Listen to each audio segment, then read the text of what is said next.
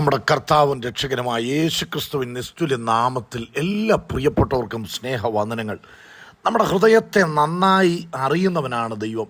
നമ്മെ അറിഞ്ഞു എന്ന് ധരിച്ചിരിക്കുന്ന പലരും നമ്മെ അറിയാത്തവരെ പോലെ ഇടപെടുമ്പോൾ നമ്മുടെ ഹൃദയത്തെ നന്നായി അറിയുന്നവൻ, കാണുന്നവൻ, മനസ്സിലാക്കുന്നവൻ, അന്തരേന്ദ്രിയങ്ങളെ ശോധന ചെയ്യുന്നവൻ, പരമാർത്ഥത ദൂരത്തു നിന്ന് ഗ്രഹിക്കുന്നവൻ, ആ ദൈവത്തിൻ്റെ സന്നിധിയിലാണ് നാം കടന്നു വന്നിരിക്കുന്നത്.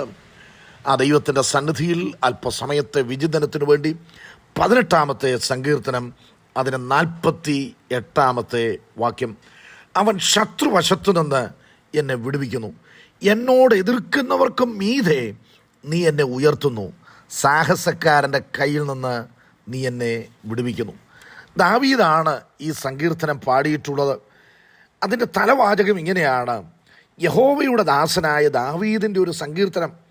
യഹോവ അവനെ സകല ശത്രുക്കളുടെ കയ്യിൽ നിന്നും ശൗലിൻ്റെ കയ്യിൽ നിന്നും വിടുവിച്ച കാലത്ത് അവൻ സംഗീത വാക്യങ്ങളെ യഹോവയ്ക്ക് പാടി. നോക്കുക, ദൈവത്തിൻ്റെ ഹൃദയപ്രകാരമുള്ള വ്യക്തിയായിരുന്നു ദാവീദ്. ആ ദാവീദിൻ്റെ ജീവിതത്തിൽ ഒത്തിരി വിരോധവും ശത്രുതയും നേരിടേണ്ടതായി വന്നിട്ടുണ്ട്. ഞാൻ നന്മ ചെയ്യുകയാൽ അവർ എനിക്ക് വിരോധികളായി നന്മയ്ക്ക് പകരം തിന്മ ചെയ്തു എന്ന് വായിക്കുന്നുണ്ട്. അപ്പം നന്മ പിന്തുടരുന്നത് കൊണ്ട് എല്ലാവരും അനുകൂലമായിരുന്നില്ല.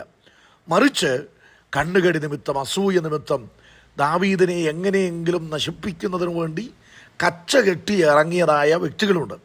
അതിൽ പ്രമുഖനായൊരു വ്യക്തിയായിരുന്നു ശൗലെന്ന് പറയുന്നത്. ശൗലിന് നന്മയല്ലാതെ യാതൊരു തിന്മയും ദാവീദ് ചെയ്തിട്ടില്ല. ദാവീദിന് വേണമെങ്കിൽ ശൗലിനെ ഒടുക്കിക്കളയാനുള്ള സുവർണാവസരം പലത് ലഭിച്ചിട്ടും ദാവീദ് കൈ വലിക്കുകയും കൂടെയുള്ളവരെ ശാസിച്ചമർത്തുകയും അവിടെ ഭക്തി കാത്തു സൂക്ഷിക്കുകയും ചെയ്തവനാണ്. എന്നാൽ കണ്ണുകടി നിമിത്തം എൻ്റെ സ്ഥാനം, എൻ്റെ പദവി ഇവൻ നിമിത്തം നഷ്ടപ്പെടും, അത് അവൻ അപഹരിക്കുമെന്നുള്ള തെറ്റായ ചിന്ത. എന്താണ് ഈ തെറ്റായ ധാരണ ശൗലിൻ്റെ ഹൃദയത്തിൽ വരാൻ കാരണം? ശൗൽ അനുസരണക്കേട് കാണിച്ച് ദുരാത്മബാധിതനായി സഞ്ചരിക്കുന്നതായ കാലഘട്ടമാണ്. ആ കാലഘട്ടത്തിലാണ് ദാവീദിനെ ദൈവം ഉയർത്തിക്കൊണ്ടുവരുന്നത്. അപ്പോൾ ശൗലിൽ വ്യാപരിക്കുന്ന പിശാച് ദാവീദിന് വരാൻ പോകുന്ന കാര്യങ്ങളൊക്കെ മനസ്സിലാക്കി കാണും. അതുകൊണ്ടായിരിക്കാം ഏത് നിലയിലും അവനെ നശിപ്പിക്കുന്നതിനു വേണ്ടി, ഇല്ലാതാക്കുന്നതിനു വേണ്ടി ശൗൽ അക്ഷീണ പരിശ്രമങ്ങൾ, തൻ്റെ സമയവും തൻ്റെ ആൾബലവും തൻ്റെ പണവും എല്ലാം ഈ ഭക്തനായ മനുഷ്യനെ നശിപ്പിക്കുന്നതിനു വേണ്ടി വിനിയോഗിക്കുന്നത്. എന്നാൽ പ്രിയപ്പെട്ടവരെ, ഇവിടെ എഴുതിയിരിക്കുന്നത് എന്താണ്? യഹോവയായ ദൈവം ദാവീദിനെ സകല ശത്രുക്കളുടെ കയ്യിൽ നിന്നും എടുത്തു പറഞ്ഞിരിക്കുകയാണ്, പ്രത്യേകം പറഞ്ഞിരിക്കുകയാണ്. ദാവീദിനെ നോട്ടമിട്ട് തകർക്കാൻ ഇറങ്ങിത്തിരിച്ച ശൗലിൻ്റെ കരങ്ങളിൽ നിന്നും വിടുവിപ്പാനായിട്ടിടയായി തീർന്നു. ക്രിസ്തീയ ജീവിതത്തിൽ വിരോധം, ശത്രുത നേരിടേണ്ടതായിട്ട് വരും. വിരോധം സഹിച്ചവനാണ് കർത്താവ്. ക്രിസ്തുവിൽ ഭക്തിയോടുകൂടെ ജീവിക്കുന്നവർക്കെല്ലാം ഇത്തരം കാര്യങ്ങളൊക്കെ ജീവിതത്തിൽ നേരിട്ടിട്ടുണ്ട്. രഹസ്യവും പരസ്യവുമായിട്ടുള്ളതായ വിരോധങ്ങൾ, എതിർപ്പുകൾ നശിപ്പിച്ചേ അടങ്ങുകയുള്ളൂ എന്ന് ചിന്തിക്കുന്നതായ വ്യക്തികൾ.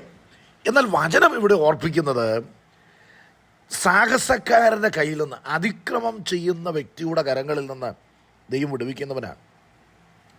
അവൻ ശത്രുവശത്തു നിന്ന് എന്നെ വിടുവിക്കുന്നു, എന്നോട് എതിർക്കുന്നവർക്ക് മീതെ നീ എന്നെ ഉയർത്തുന്നു. പ്രിയപ്പെട്ടവരെ, ആരാണോ എതിർത്തത് അവർക്കു മീതെ, ഒരു പടി മീതെ ദാവീദിനെ ദൈവം ഉയർത്തുവാനിടയായി. ഉയർത്താൻ ദൈവത്തിന് നിമിഷങ്ങൾ മതി. എതിർപ്പുകൾ ചില വർഷങ്ങൾ ദാവീദ് നേരിട്ടു. 10ഓളം വർഷങ്ങൾ ശൗല് നിമിത്തമുള്ളതായ എതിർപ്പ് ദാവീദ് നേരിടുകയും തൻ്റെ സ്ഥിരവാസം നഷ്ടപ്പെട്ട് കാട്ടിലും ഗുഹകളിലും മരുഭൂമിയിലും ഒക്കെ അലയേണ്ടതായി വന്നു. ആ എതിർപ്പ് നേരിട്ടതായ കാലഘട്ടത്തിൽ താൻ ഭക്തി വെടിഞ്ഞ് പ്രതികാര ചിന്തയാൽ നിറയപ്പെട്ട് മാനുഷികമായ പരിഹാരത്തിനു വേണ്ടി താൻ പോയില്ല. ആരെയെങ്കിലും കൂട്ടുപിടിച്ച് ശൗലിനെ വകവരുത്താനുള്ള കാര്യങ്ങളൊന്നും ചെയ്തില്ല. ഞാൻ പറഞ്ഞല്ലോ, സുവർണാവസരം തനിക്ക് ലഭിച്ചിട്ടും അവിടെ താൻ ഭക്തി കാത്തു സൂക്ഷിക്കുവാനായിട്ടിടയായി. അപ്പോൾ താൻ ഭക്തി മുറുകെ പിടിച്ച് നിൽക്കുമോ ഇല്ലയോ എന്നുള്ള പരീക്ഷണമാണ്. ആ പരീക്ഷ താൻ പാസ്സായി കഴിഞ്ഞപ്പോൾ എതിർക്കുന്നവർക്ക് മീതെ ദൈവം ദാവീദിനെ ഉയർത്തുവാനിടയായി. വേദപുസ്തക ചരിത്രം അതാണ് പറയുന്നത്. യോസഫ് ഒത്തിരി എതിർപ്പ് നേരിടേണ്ടി വന്നവനാണ്. പോത്തിഫീറിൻ്റെ ഭാര്യ കള്ളക്കഥ രചിച്ച് യോസഫിനെ ഇല്ലാതാക്കാൻ ശ്രമിച്ചില്ലേ? എന്നാൽ യോസഫിനെ ആളയച്ചു വരുത്തി പട്ടണത്തിലൂടെ നയിക്കുമ്പോൾ അവൻ ആരുടെയെല്ലാം മീതെയാ?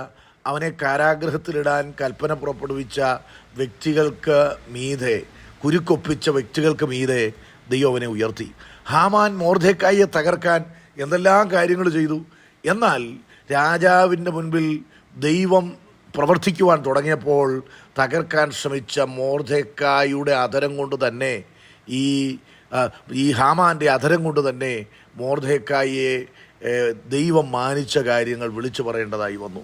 പ്രിയപ്പെട്ടവരെ, എതിർക്കുന്നവർക്കും നിങ്ങളിന്ന് ലൈഫിൽ ഇതുവരെ നേരിടാത്ത എതിർപ്പുകൾ നേരിടുന്ന അവസ്ഥയാണോ?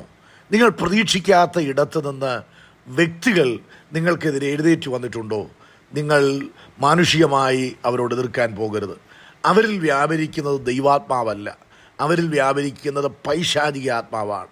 അതിനെ ബുദ്ധി കൊണ്ടോ പ്രതികാര ചിന്ത കൊണ്ടോ നേരിടാതെ ദൈവാത്മാവിൻ്റെ സഹായത്താൽ നേരിട്ടാൽ അതിൻ്റെ മീതെ നിങ്ങൾക്കുയർച്ച ദൈവം തരും.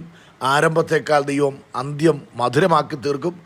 എതിർക്കുന്നവർക്ക് മീതെ ഉയർത്തുന്നവനാ ദൈവം. ആ ദൈവത്തിൽ ശരണപ്പെടാം. ഈ വചനങ്ങളാൽ ദൈവം നമ്മെ അനുഗ്രഹിക്കട്ടെ.